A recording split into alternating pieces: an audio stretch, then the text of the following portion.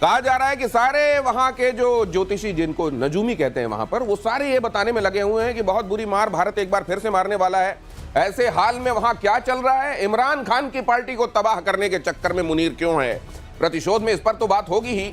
दूसरे war fronts में क्या चल रहा है वो भी बताएंगे। मेजर गौरव आर्य और एयर मार्शल पी के श्रीवास्तव मेरे साथ जुड़ चुके हैं। पहले जरा ये खबर देख लीजिए, एटमी तबाही से बाल बाल बच गया पाकिस्तान। पाकिस्तान की मिसाइल ने किया बैकफायर। बलोच नेता मीर यार बलोच का दावा, बुरी तरह फेल हुई शाहीन 3 मिसाइल। टेस्ट के वक्त एटमी फैसिलिटी के पास गिरी शाहीन 3। डेरा गाजी खान में हुआ जोरदार धमाका। अब जरा देख लीजिए आप, ये है पाकिस्तान और उसके हथियारों की और उसकी युद्ध वाली सलाहियत।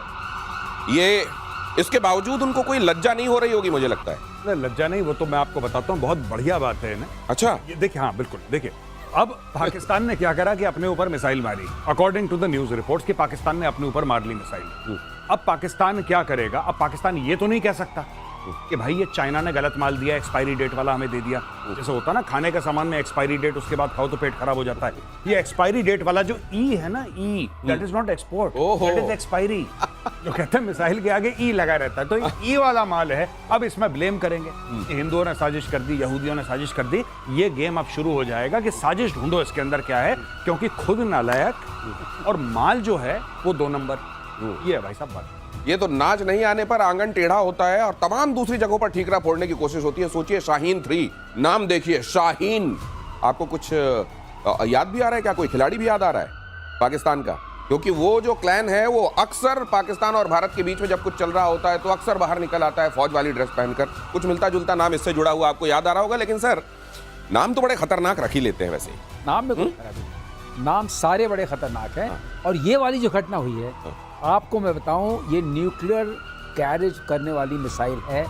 अगर ये इसमें न्यूक्लियर वॉरहेड होता तो ये तो गया था डेरा गाजी, पूरा का पूरा गया था। और ये साबित करता है न चलाना आता है न रखना आता है, क्योंकि मेंटेनेंस भी करनी आनी चाहिए। और ई वाला तो माल है ही है, नंबर 2 का माल है। और ये वाकई अब तो हमें और एक गर्व से हमें सीना फूल रहा है कि ये क्या है इसके पास। और तब डराते थे कि हमने चौकों पे नहीं रखे। अरे चौकों पे रखोगे तुम्हारा चौक चला जाएगा, उसको बचाओ।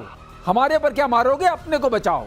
तो ये EXP एक्सपोर्ट के लिए नहीं है। अब चाइना में तो EXP फॉर एक्सपायरी है, और एक्सपायरी डेट निकल जाने के बाद ये शाहीन 3 जब चली तो अपने ही घर में गिर गई। और अगर इसमें न्यूक्लियर वॉर हेड होता तो आज अपने ही हथियार से अपना काम कर चुका होता पाकिस्तान। लेकिन पाकिस्तान में अगली खबर देखिए, फिर लगा आतंकियों का जमावड़ा। लश्कर के आतंकी अब्दुल अजीज के अंतिम संस्कार में जुटे सैफुल्लाह कसूरी, अब्दुल रऊफ और दूसरे आतंकी यहां मौजूद थे। ऑपरेशन सिंदूर में जख्मी हुआ आतंकी अब्दुल। 1.5 महीने बाद आतंकी अब्दुल अजीज की मौत हुई। और जब मौत हुई तो देखिए एक बार फिर से वहां पर आतंकियों की भीड़ जमा हो गई। ये सब आके बता रहे हैं कि देखिए हम हैं, गौर से पहचान लो, चेहरे पहचान लो और अब देर मत करो। यहीं पर मारना चाहिए ब्रह्मोस, जहां पे ये इकट्ठा हुए हैं ना, इसी के बीच में 2-4 मारो यहीं पे, क्योंकि एक बड़े स्केल पे होना चाहिए। जो भी छोटे स्केल पे हो रहा है ना कि एक मर गया सब दुआ पढ़ रहे हैं, मैं तो चाह रहा हूं इसके बीच में मारो कि पूरा पाकिस्तान दुआ। मौका सबको मिलना चाहिए, सबका नंबर आना चाहिए। यहीं पे ये जितने इकट्ठा है ना, इसके बीच में मारना चाहिए। यही है कलेश की जड़ भैया, ये कलेश की जड़। लेकिन अब फिर बड़ी इविडेंट होकर सामने आने लगी है। अब देखिए खुद को सामने लाकर, अच्छा इनको ये भी इस बार नहीं लग रहा है कि अब उन्होंने भी अपनी डेफिनेशन बदल दी है। अगर हम लोग यहाँ दिखेंगे और वही गड़बड़ी करते दिखेंगे तो अब हो सकता है इंतजार भी ना हो, लेकिन उसके बावजूद चांस ले रहे हैं क्योंकि दुकान चला नहीं। एक चीज बताएं आपको, ये बहुत ही दरिंदा था अपना। अच्छा, 2001 में इसने 2 हमले किए। एक तो हैदराबाद में गणेश चतुर्थी की पूजा हो रही थी वहाँ किया, और 2001 में इसने जो है वो पार्लियामेंट वाला अटैक किया था, और 2008 में 26/11 किया था। तो ये आदमी, ये इसके साथ जो हुआ है, 1.5 महीने इसने सफ़र किया। बहुत अच्छा हुआ कि तुरंत नहीं मरा। ये ज़रूर सफरेंस ऐसी होनी चाहिए थी। हज़ारों सैकड़ों की मौत का ये जिम्मेदार है, और इसके लिए इतने लोग खड़े हो रहे हैं। ये पाकिस्तान का असली चेहरा है जो गौरव बार बार बताते हैं। यही असली चेहरा है। तो ये कहते हैं एंटी टेररिस्ट, उसके हम UNSC में डेजिग्नेट किए गए हैं, और ये ग्लोबल टेररिस्ट भी है। इसको US ने भी टेररिस्ट डिक्लेयर किया हुआ है, UN ने भी टेररिस्ट डिक्लेयर किया है, और हम लोगों ने भी किया हुआ है। अब कहते हैं हमारे पास कोई नहीं है आज। लेकिन आर्मी वाले फटीक में कोई नहीं दिख रहा है। कोई ऐसे ये शादी वर्दी में पहुंच गए क्या? नहीं भैया, बहुत बढ़िया पॉइंट है आपका दिनेश भाई। पिछली बार एक्सपोज हो गया था पाकिस्तान, यहाँ पे आतंकी मरा है, वहां पे नमाज जनाजा में कोर कमांडर बैठा है, 3 स्टार जनरल पाकिस्तान आर्मी का। ISI के ब्रिगेडियर, मेजर जनरल सब नमाज पढ़ रहे हैं और कह रहे हैं इसको डायरेक्टली 1/72 ऊपर सीधा इसको जरूर वहां पे ऊपर भेजना और उनको मिलना चाहिए सब पूरे 72 VIP लाइन से 71 ना हो जाए, VIP पास लेके भेजो, पूरे 72 चाहिए। अच्छा, ये इस भाई को वहां पे अब क्या हुआ कि पहली बार एक्सपोज हो गए, भारत ने पूरा सबके सामने पोस्टर छाप दिए भारत ने। अब इसमें देखना पीछे सारे के सारे फौजी होंगे जो सादी वर्दी में बैठे हैं, किसी को नहीं बता रहे, चुपचाप, लेकिन दिल के अंदर तो आतंकी है। तो दुनिया के सामने एक ऐसा डालो माहौल कि नहीं भाई इसमें तो कोई फौजी है ही नहीं, सबके सब फौजी बैठे। एक्चुअली प्रॉब्लम एक और है, वहां पे फौजी और आतंकवादी के बीच में सारी की शक्ल एक जैसी है। आपने कभी नोट करा है? बिल्कुल। आपको नहीं पता लगेगा जनरल कौन है और वहां पे सुसाइड बॉम्बर कौन है, सब एक जैसे दिखते हैं वहां पे, नोबडी नोज। तो ये एक जैसी वाली स्थिति में देखिए, यहाँ कोई वर्दी के साथ अगर नहीं है तो आप पहचान नहीं सकते। उस बार वर्दी के साथ गए थे, दुनिया ने देखा तो शायद उनको ये लगा कि यार इससे ना जबरदस्ती की बात होती है तो हम सब एक ही, लेकिन इस बार हमको अब सिविल ड्रेस में ही पहुंचने दो। सब के सब वैसे ही वहां आपको दिखाई दे रहे हैं। निश्चित रूप से यहाँ आर्मी के लोग मौजूद होंगे। और पाकिस्तान से इसी में ये बड़ी खबर देख लीजिए, इमरान की पार्टी के नेता आतंकी घोषित हो गए हैं। 2 आतंकवाद रोधी अदालतों का फैसला। अच्छा, पाकिस्तान में भी आतंकवाद रोधी अदालतें हैं। सुनकर आपको हंसी आ रही हो तो थोड़ी देर के लिए रोक लीजिए, खबर पूरी सुन लीजिए। पाकिस्तान में 2 आतंकवाद रोधी अदालतों का फैसला है। पीटीआई के कई नेताओं को 10 साल की जेल हुई है। लाहौर और सरगोधा की अदालत का फैसला है कि ये पाकिस्तान तहरीक इंसाफ के जो नेता हैं ना, ये आतंकवादी थे, इनको सजा मिलनी चाहिए। आतंकवाद के खिलाफ बड़े कड़े कदम उठा रहा है पाकिस्तान। देखिए साहब, एक चुटकुला है, बड़ा फेमस जोक है कि एक अफगान आया पाकिस्तान में, तो बोला साहब आप कौन है, उसका पासपोर्ट देख के, तो बोला कि साहब मैं अफगान मिनिस्टर फॉर पोर्ट्स हूं, बंदरगाह। तो कह रहा है अफगानिस्तान तो लैंडलॉक्ड कंट्री है, यहां पे बंदरगाह कैसे हो गया? कह रहा है आपके यहां भी तो लॉ एंड जस्टिस का मिनिस्टर है, मैंने कुछ बोला? मैंने कुछ बोला? आप कैसे पॉइंट आउट कर सकते हैं? तो भैया यही है पाकिस्तान का। इमरान खान को देखिए, आतंकी लॉ के अंदर अगर आप डालेंगे तो जीवन भर इनको बेल नहीं मिलेगी। अकॉर्डिंग टू पाकिस्तानी लॉ, घिसट घिसट के बेसिकली इमरान खान ने मना कर दिया। इमरान खान ने बोला कि मैं आसिम मुनीर के साथ कॉम्प्रोमाइज नहीं करूंगा। उसको खुला ऑफर है कि एक बार खान मान जा, जेल से बाहर निकलेगा, चुपचाप बैठा रहे, कुछ नहीं होगा, कुछ नहीं होगा, घर पे अपने बैठा आराम से। खान ने मना कर दिया, इसीलिए ये लोग ऐसा कर रहे हैं कि खान की जड़ें काट रहे हैं। और उन्होंने ये भी कहा होगा तुम हमारे पुराने साथी हो, तुमको बैठाया तो हम नहीं है, अब तो मान जाओ। ये बात है, खान इमरान खान को ये भी समझाया इस होगा। बात का हवाला भी निश्चित रूप से दिया होगा। और इधर भारत के युद्धाभ्यास से पाकिस्तान में बड़ी घबराहट है। पाकिस्तानी नेवी ने उत्तरी अरब सागर में युद्धाभ्यास करने की सोची है। पाकिस्तान के फायरिंग के लिए वहां पर चेतावनी जारी की जाती है। जो समुद्र में जब युद्धाभ्यास किया जाता है, वहां कहा जाता है कि यहां कोई आसपास नाव ना आए वरना हम जिम्मेदार नहीं। इस तरह की फायरिंग वाली अपनी ड्रिल की अनाउंसमेंट भी उन्होंने कर दी है। हिंदुस्तान ने राजस्थान से गुजरात तक बॉर्डर इलाके में युद्धाभ्यास शुरू किया हुआ है ऑलरेडी। इधर रफेल, सुखोई 30 और मिराज जैसे फाइटर जेट इसमें शामिल हैं। उधर ये जो भारत कर रहा है, भारत ये अफोर्ड कर सकता है। मेजर गौरव आर्य कई बार बता चुके हैं। लेकिन इधर जब भारत के जैसे गाल लाल करने के चक्कर में अपने को ही चपत मारते हैं वो, तो इनके गालों की हालत खराब हो जाती है एक बार फिर। भाई साहब, इसको लखनऊ में हम लोग कहते हैं चंडू खाने की। हाँ। ये चंडू खाने की देरा पाकिस्तान। नोटम वोटम जारी कर दिया कि हम जहाज उड़ाएंगे, जहाज नहीं उड़ा रहे, पुराने वीडियो चला रहे हैं, पुरानी एक्सरसाइजेस के। और इनका ये बता रहा हूं आपको, देखिए उनको ये लग रहा है, और पाकिस्तानी मीडिया में क्या डिस्कस हो रहा है कि 5 अगस्त को इंडिया अटैक करेगा। ये पाकिस्तानी मीडिया में डिस्कस हो रहा है। वहां पे ऑलरेडी ये बता चुके, आपने बोला ना नजूमी, वहां पे नजूमी बैठ के बता रहा है पाकिस्तानी टेलीविजन पे कि 5 अगस्त को 5 अगस्त 370-35 से जिस दिन हटाया था भारत ने, 5 अगस्त को इंडिया अटैक करेगा। और ये मान चुके हैं कि 5 अगस्त को। तो सारे हेलमेट वेलमेट पहन के बैठे हुए, नोटम वोटम पूरा जारी कर दिया। अच्छा, नोटम जारी कर दिया, फिर हवाई जहाज में तेल तो है नहीं उड़ाने के लिए। तो भाई साहब सबको बता दिया कि देखो हमारे हवाई जहाज उड़ने वाले हैं, कब उड़ेंगे भगवान जाने। खौफ तो उड़ रहा है ना, खौफ उड़ रहा है, तो बहुत जम के उड़ रहा है। और ये वैसे वाले हैं सर जो ये दिवाली मनाते हैं तो पटाखों की आवाज टेप रिकॉर्डर में रिकॉर्ड करके दिवाली। लेकिन यहाँ दूसरी नेवी वाला हिसाब किताब भी एक बार बता दीजिए। हाँ। नेवी जो खुखरी टाइप तोप के सामने, मतलब क्या नेवी है पाकिस्तान में? कुछ भी नहीं है, नोटाइम जारी कर दिया कि देखो भाई फायर कर सकते हैं।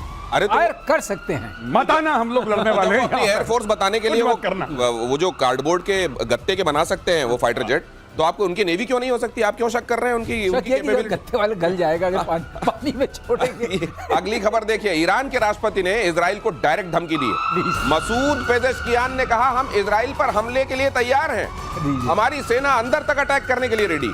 सीज फायर तात्कालिक है और कभी भी टूट सकता है। मसूद पेजेश्कियान, अचानक आपने देखा होगा जब पूरा ये मामला चल रहा था इजराइल और ईरान के बीच में, मसूद पेजेश्कियान कहीं नजर नहीं आ रहे थे। जैसे ही अब सब शांत हुआ है, मसूद पेजेश्कियान बाहर आए, सबसे पहले उन्होंने कहा ये खामेनेई नहीं, निशाना तो मैं था इजराइल का, जी। और अब कह रहे हैं ये सीज फायर कुछ नहीं, बहुत बुरा हमला करें। ऐसा परसों हमने बात करी थी, एक और बयान का स्टेल्थ मारेगा। हाँ।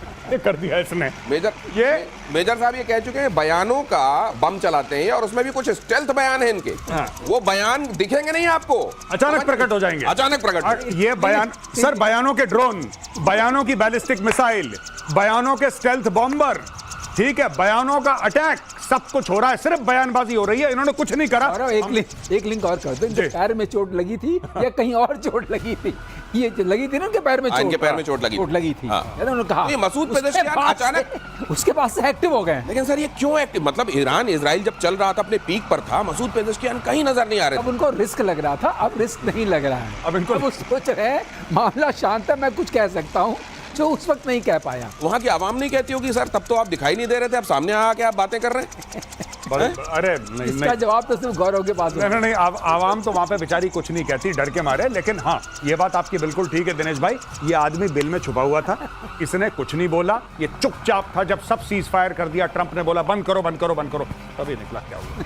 नहीं, और कुछ दिन बाद क्या बात है, बोलो। लिया मैं आ गया हूं, अब मुझसे बात करो। फिर इसने बयान के बम मारे। अब लेटेस्ट ये मारा कि अब मैं छोड़ूंगा नहीं तुम्हें, परसों भी कह रहा था नहीं छोड़ूंगा। इनको खामनेई बुला के बोलते नहीं, तू बता यार तेरे को खतरा कब से ज्यादा हो गया? यहाँ पे मेरे लिए ट्रंप कह रहा है, मेरे मालूम है कहाँ है, लेकिन फिलहाल नहीं करेंगे, तू अपना नाम फोकट क्यों ले रहा है? ये नहीं पूछता होगा? नहीं, बिल फाड़ने की आदत है पुरानी। इसने खामेनेई के नाम पे अपना बिल फाड़ दिया, बोला साहब मुझे भी खतरा है। हाँ। सीधी बात है। ये देखिए, मोसाद को लेकर एक बड़ा खुलासा हुआ है। ईरान इंटरनेशनल की तरफ से सनसनीखेज रिपोर्ट आई है, जानबूझकर हमले की तारीख को लीक किया गया, करीबियों से फोन कराकर जाल में फंसा गया। ईरान इंटरनेशनल की ये सनसनीखेज ये खबर देखिए, मोसाद को लेकर बड़ा खुलासा है, जानबूझकर हमले की तारीख को लीक किया गया, करीबियों से फोन कराकर जाल में फंसा गया। क्या दम है सर इसमें? ये बात हुई है। बेसिकली इजराइल ने क्या करा कि एक बहुत बड़ा जो जनरल था उनका, उसका एक राइट हैंड मैन था, उसका स्टाफ ऑफिसर को फोन करा। स्टाफ ऑफिसर को विश्वास हो गया, जो उसका खास राइट हैंड था उसको विश्वास हो गया कि वहां पे मीटिंग है। उसको ये विश्वास दिलाया फोन पे कि हाँ भाई मीटिंग है और जल्दी निकलो, जल्दी फटाफट, अर्जेंट। वो अर्जेंटली पहुंचा। जैसे ही वो पहुंचा वहां पे, थैंक यू, और उसमें जो एआई जनरेटेड वॉइस दिया। अच्छा, एआई जनरेटेड, ये सारा साइबर अटैक है। ये वॉइस जो उसकी मैच की, जिसको उसने माना, वो एआई जनरेटेड थी। उन्होंने उसके क्लिप को कैप्चर किया, उसी को इमिटेट किया, उससे उसको इन्फॉर्म किया। अब उसके बाद वो समझे सही खबर है, वहां पहुंचे, मामला तैयार था, मार दिया। और जब भी आगे से आपको कोई बोले कि मीटिंग के लिए अर्जेंटली पहुंचना है, ध्यान रखना क्या हो रहा है, क्योंकि ये ईरान से, और एक नहीं, ऐसे 3 मारे उन लोगों ने, ऐसे एक को नहीं मारा, कई लोगों को बुलाया, अरे मीटिंग के लिए सब। अच्छा, तुम्हें भी फोन आया? अब मैं भी आ रहा हूं, मुझे भी कॉल आया अभी। सब एआई से चल रहा है मामला इजराइल का। सब एक जगह पहुंचे वहां पे, थैंक यू, गुड नाइट। ये एआई से तो इस तरीके से आवाजें अब बनने लगी हैं कि आपको ये भी पता नहीं चलेगा। हो सकता है उनको यही लगा हो कि यहाँ तो पेजेश्कियान साहब या खामेनेई साहब बुला रहे हैं, लेकिन जब तक वहां पहुंचे देखिए क्या हुआ। और गाजा पर इजराइल के हमले जारी हैं। गाजा में 24 घंटे में 72 लोगों की मौत हो गई।